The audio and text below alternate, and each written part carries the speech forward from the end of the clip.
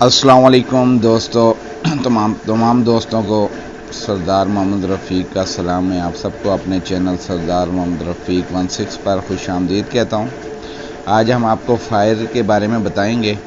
बुनियादी तौर पर फ़ायर की दो चीज़ों के बारे में, फ़ायर क्या होती है और उसके एलिमेंट्स कौन से होते हैं, और एलिमेंट्स को ख़त्म किया जाए तो फ़ायर किस तरह ख़त्म होती है। बेसिकली ये टॉपिक्स हैं, लेकिन शुरू में मैं आपको इन दो टॉपिक्स में अपने इस क्लास के अंदर बताऊँगा जो फायर क्या होती है और फायर एलिमेंट्स क्या होते हैं, और फायर ऑफ ट्रायंगल क्या होती है।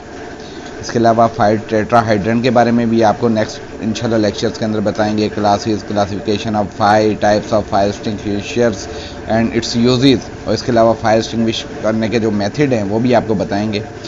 तो ये प्रॉपर एक फायर का इनिशिएटिव कोर्स है। तो लेकिन पहले आज के लेक्चर में आपको बताते हैं जी व्हाट इज़ फायर, आग क्या है। तो आग असल में एक केमिकल रिएक्शन होता है हीट का, उसका टेम्परेचर के साथ ऑक्सीजन की मौजूदगी में, जिससे हमें हीट और लाइट मिलती है, जिसे हम आग कहते हैं। जैसे कि आपको बताया, नज़र भी आ रही है ट्रायंगल के अंदर ऑक्सीजन, हीट और फ्यूल, ये तीन एक ऐसी चीज़ें जब ये आपस में केमिकल रिएक्शन करते हैं तो इनके रिएक्शन से फायर बनती है। तो इस फायर के एलिमेंट्स कौन से होते हैं हम पढ़ते हैं, what are the elements of fire. तो फायर के बुनियादी तीन एलिमेंट्स हैं, फ्यूल, ऑक्सीजन और हीट।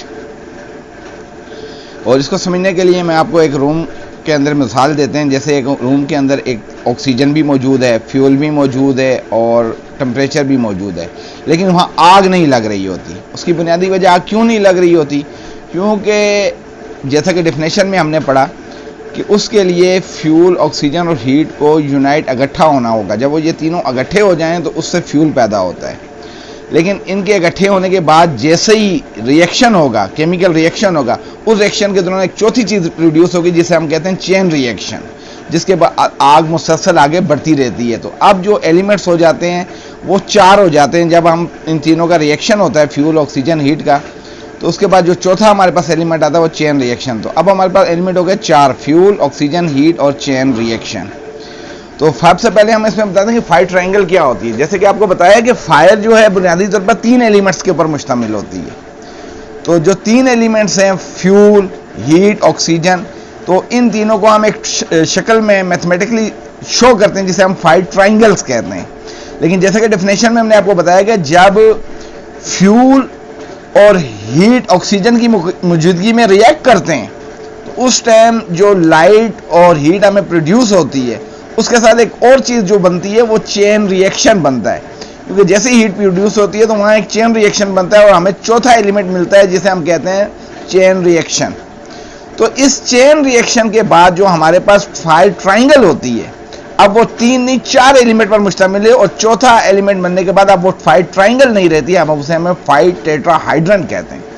अब वो फायर ट्रायंगल से फायर टेट्राहाइड्रन बन जाता है। ठीक, तो इसके बाद अब फायर ट्रायंगल जो है वो फायर टेट्राहाइड्रन है, और हमारे पास फायर के चार एलिमेंट हुए, fuel, oxygen, heat and chain reaction. अब इन चारों एलिमेंट में से आप अगर कोई सा एक एलिमेंट जो है वो आप खत्म कर दें, उसको निकाल दें किसी भी तरह से, तो फायर वहां पर नहीं लगेगी। फायर दोस्तों, जैसा कि आपने आज हमारा पहला लेक्चर देखा यूट्यूब चैनल के ऊपर अपने रफ़ीक 16 के ऊपर, फायर एलिमेंट्स, फायर ट्रायंगल और फायर टेट्राहाइड्रन के हवाले से। तो इंशाल्लाह मज़ीद इस तरह की सेफ्टी के हवाले से, फायर के हवाले से मज़ीद वीडियो के लिए हमारे चैनल को सब्सक्राइब करें, शेयर करें। बहुत बहुत शुक्रिया, जज़ाकुमुल्लाह।